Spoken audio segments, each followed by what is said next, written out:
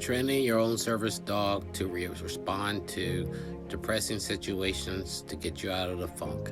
And here are some cues that we can show you how we train service dogs to respond to us emotionally to help us recover from depressing situations, emotional breakdown. Madison Valley German Shepherd.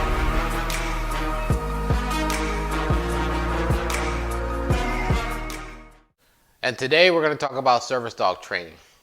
Service dog training is something that can be done by dog trainers, but I prefer it be done by the owners.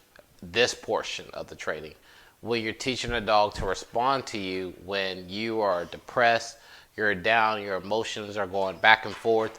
This is something that only a dog knows your behavior, and it's hard for your trainer to mimic that behavior. So today we're going to talk about how to train your dog to respond to those behaviors by using treats and a clicker if you have a clicker at home. If not, you can use noises, you can use tapping, you can use sound, you can use whatever you want. So we're going to go through that real quick, and we're going to show you some methods that you can use for yourself and you and your pup when you're at home training. So she's focused on me. When my hand goes to touch my head,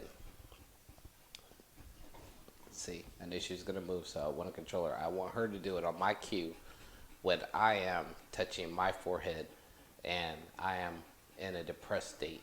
Then I want Dottie to react to me.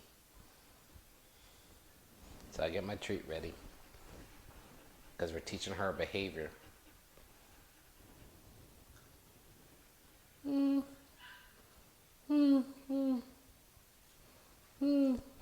girl, as soon as she touches me, I reward her. Dottie, sit. Sit. Good girl.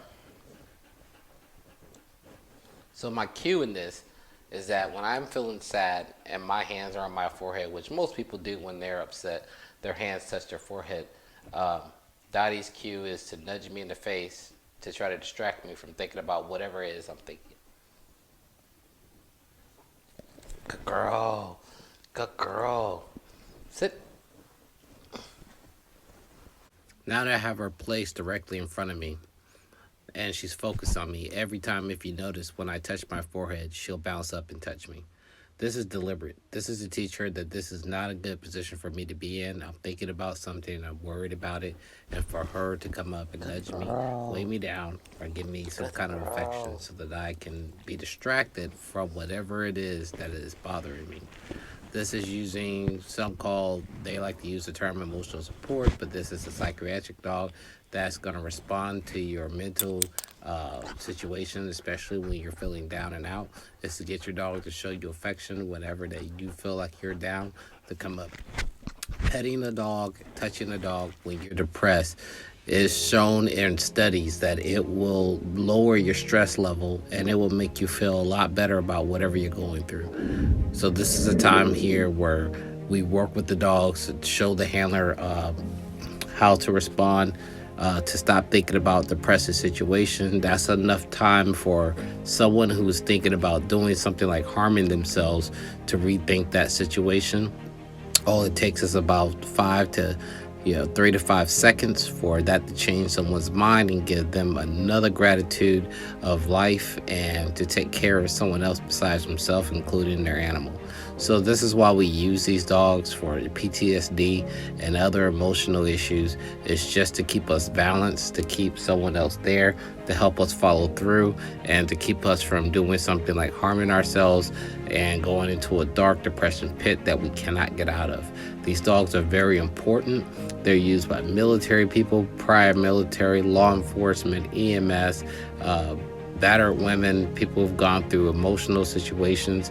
PTSD service dogs are awesome. They're wonderful to train. You have to have the dog that shows that kind of drive to want to go ahead and show love. You just can't do this with any dog. If this specific dog wants to show protection, it's going to be hard to get them to do this.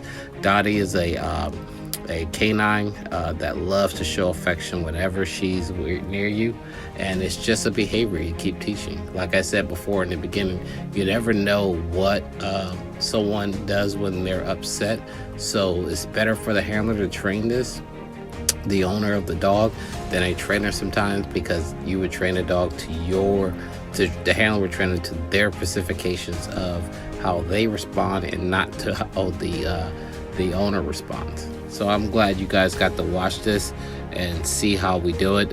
Service dog trainers are far and few, so it's good to find you a good one, and it's also good to train your own service dog. So again, thank you guys for watching Madison Bell. And you guys, if you have any questions, reach out to us, ask us. We will respond. If we don't know the answer, we'll get back to you. But these are some of the steps to start training your service dog. It's treating your service dog to respond to your depressing situations so that they can be a service to you. This is called a task, and all service dogs should know a specific task. Before moving on to service dog, your dog needs to know how to do basic obedience and a strong recall, and also to public access training. They should not be aggressive, they should be super friendly, and they should be willing to respond to training. Thank you guys for watching Madison Bell, and you have a wonderful week.